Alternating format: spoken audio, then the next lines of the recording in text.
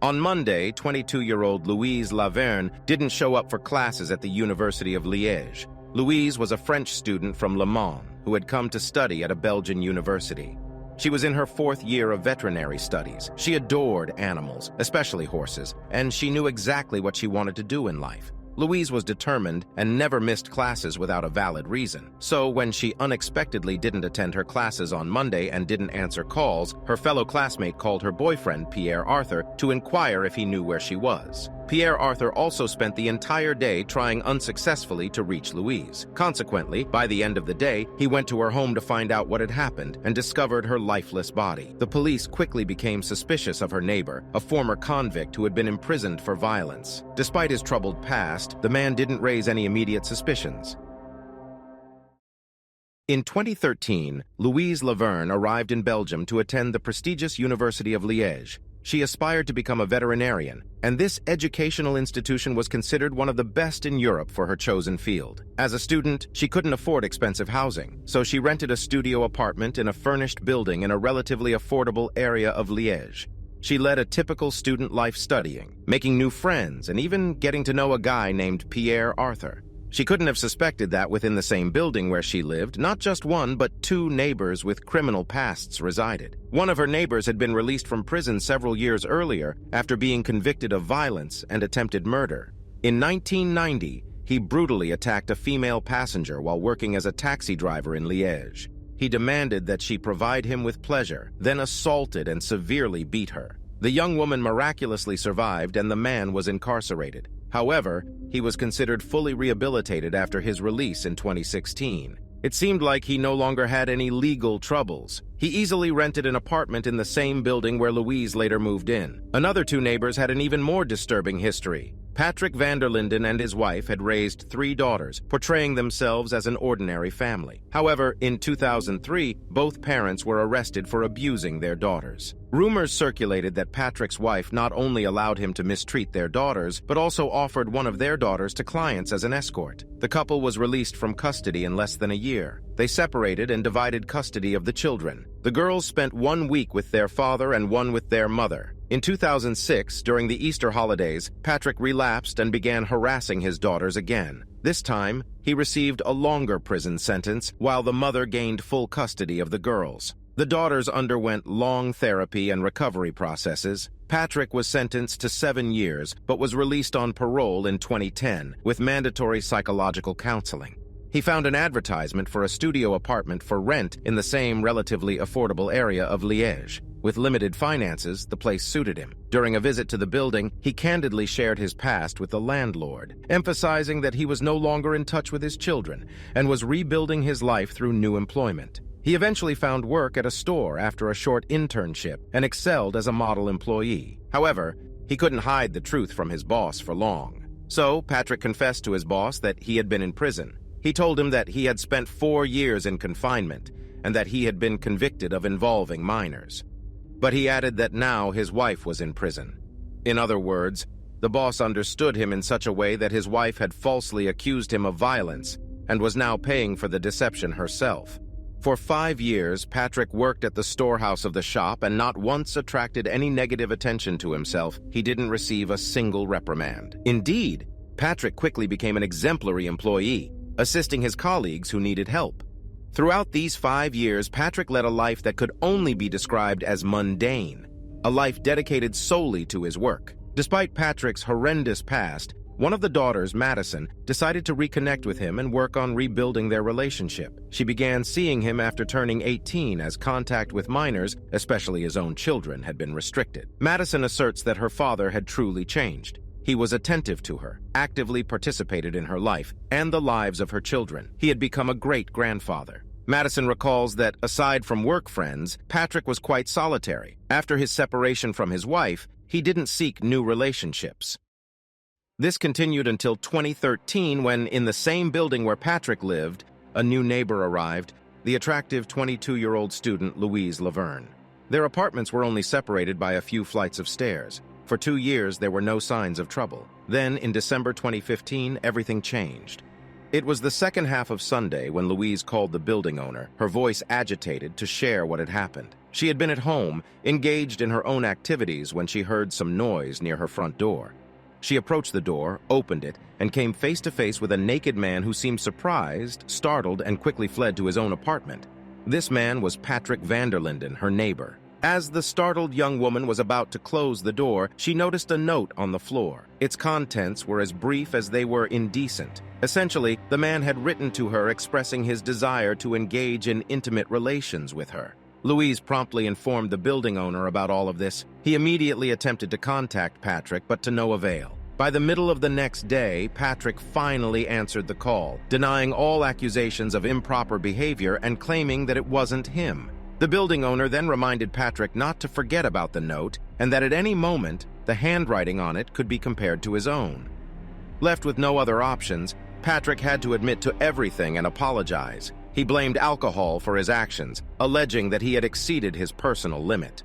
The next day, the building owner arranged a meeting between Louise and her neighbor. Louise's boyfriend also attended the meeting. Patrick apologized again and explained that his behavior was due to alcohol abuse.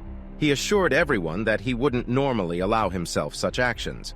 Louise accepted the man's apologies, and after the meeting, they all went back to their respective apartments on Wednesday, December 11th, 2015. Just 3 days after the incident, Louise and her boyfriend, Pierre Arthur, visited the police station.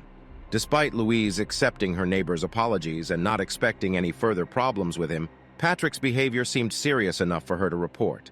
She simply wanted the police to pay attention to her neighbor. The police officer at the reception explained to them that he couldn't take a complaint because the incident wasn't serious enough. He redirected them to his colleague. The colleague listened to Louise and stated that he didn't see any criminal offense in her neighbor's behavior. He advised her, "I suggest you don't file a complaint. It might worsen the situation. Instead of adding fuel to the fire, it would be better not to create an official record, but rather note in the police's internal information sheet that a similar incident took place." Louise followed his advice. Louise and Pierre left the station and headed home. However, the absence of a formal complaint against Patrick proved fatal for the case, as the internal information sheet was never sent to the prosecutor's office. And Patrick, a conditionally released recidivist who had abused his own daughters, went unnoticed and unquestioned by anyone. The only person who took any action was the concerned building owner where Louise and Patrick lived. He asked another tenant of the building to keep an eye on Louise and, just in case, gave her Pierre's phone number. Meanwhile, Patrick continued to lead a quiet life, working at the store and regularly attending therapy sessions. Neither his neighbors nor his colleagues knew about this, only his daughter did. He had been under the supervision of a psychiatrist for 7 years already, but in 2017 he decided that he no longer needed the sessions. Interestingly, the doctor agreed with him. As it turned out, for a recidivist criminal in Belgium, canceling mandatory visits to a psychiatrist can be done almost overnight. Unfortunately, after some time, Patrick started to realize that he was once again suffering from his previous psychological issues. However, he didn't confess this to anyone and continued to go to work as usual. Then, after 2 months in May 2010, he was hospitalized due to a stroke. During his recovery period, he was supposed to stay home for 15 days. Sitting in his small apartment, he felt even more isolated and lonely than before. Patrick decided to return to work to rekindle one of the few social connections he still had, even though he wasn't fully recovered. His colleagues and his supervisor immediately noticed that Patrick didn't seem himself. He was dragging one leg. Despite physical improvement, his psychological state hadn't improved. The doctor confirms that a stroke is a very tricky condition. Afterward, a person's character can completely change, and the condition can have very serious consequences. On Sunday, October 8, 2017, 5 months after the stroke, Patrick killed his neighbor. They were the only two left in the building, and Louise Lavergne's bodyguards were not present. It was Sunday, and Patrick felt lonely again. He called Madison, and they had a normal conversation. Patrick promised to take a day off and visit her in November. However, the call obviously couldn't uplift him enough to deter the thoughts that were swirling in his mind. Patrick reached for the bottle again. After getting drunk, he undressed and approached Louise's apartment door. He knocked once, but she didn't answer. He knocked again. Before Louise could open the door, Patrick lunged at her and began to strangle her. Apparently, she lost consciousness, and that's when Patrick grabbed a knife. He inflicted 2 blows to her chest. Afterward, he left her lifeless body lying on the floor and returned to his own apartment. Once at home, Patrick noticed that one of his socks was covered in blood. He threw it in a bag with trash, which also contained bills addressed to him. Then he took out the trash. A few hours later, Louise's boyfriend, accompanied by his mother and alarmed by her absence and lack of response in their communication, came to her apartment. They discovered Louise's body and called the police. Initially, nobody was searching for Patrick.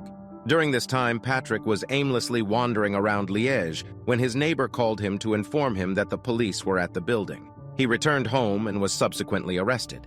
He was questioned for a considerable amount of time and was asked about the infamous note he had sent to the young woman. However, the key evidence against him turned out to be the sock found in the bag of trash near the building. Finally, Patrick confessed to Louise's murder. When the identity of the student's killer became known, Patrick's daughter Madison felt betrayed and deceived. She had believed that her father had changed. She was willing to accept that he should be held accountable for the crime, but even now, she didn't give up the idea of seeing him someday. Meanwhile, a major scandal was unfolding in Belgium. The relatives and friends of Louise, along with the public, demanded answers to the question, why was nothing done with the early released repeat offender after his exhibitionist incident? Why didn't the girl's statement raise suspicion with the police and lead to his arrest? After all, if he had been sent back to prison, she would be alive today. But the most horrifying aspect of this story was that the police officer who had spoken to Louise had consulted the database and reviewed Patrick's case. This means that the police officer was well aware that he was a repeat offender, but he took no action regarding this matter. As a result, immediately after this scandal erupted, 3 police officers were suspended. On June 23, 2018, Patrick was found dead in his cell, where he was awaiting the start of his trial. His cellmate had been released a little earlier, and the prison staff had just gone on strike. The man took advantage of the situation and was left alone.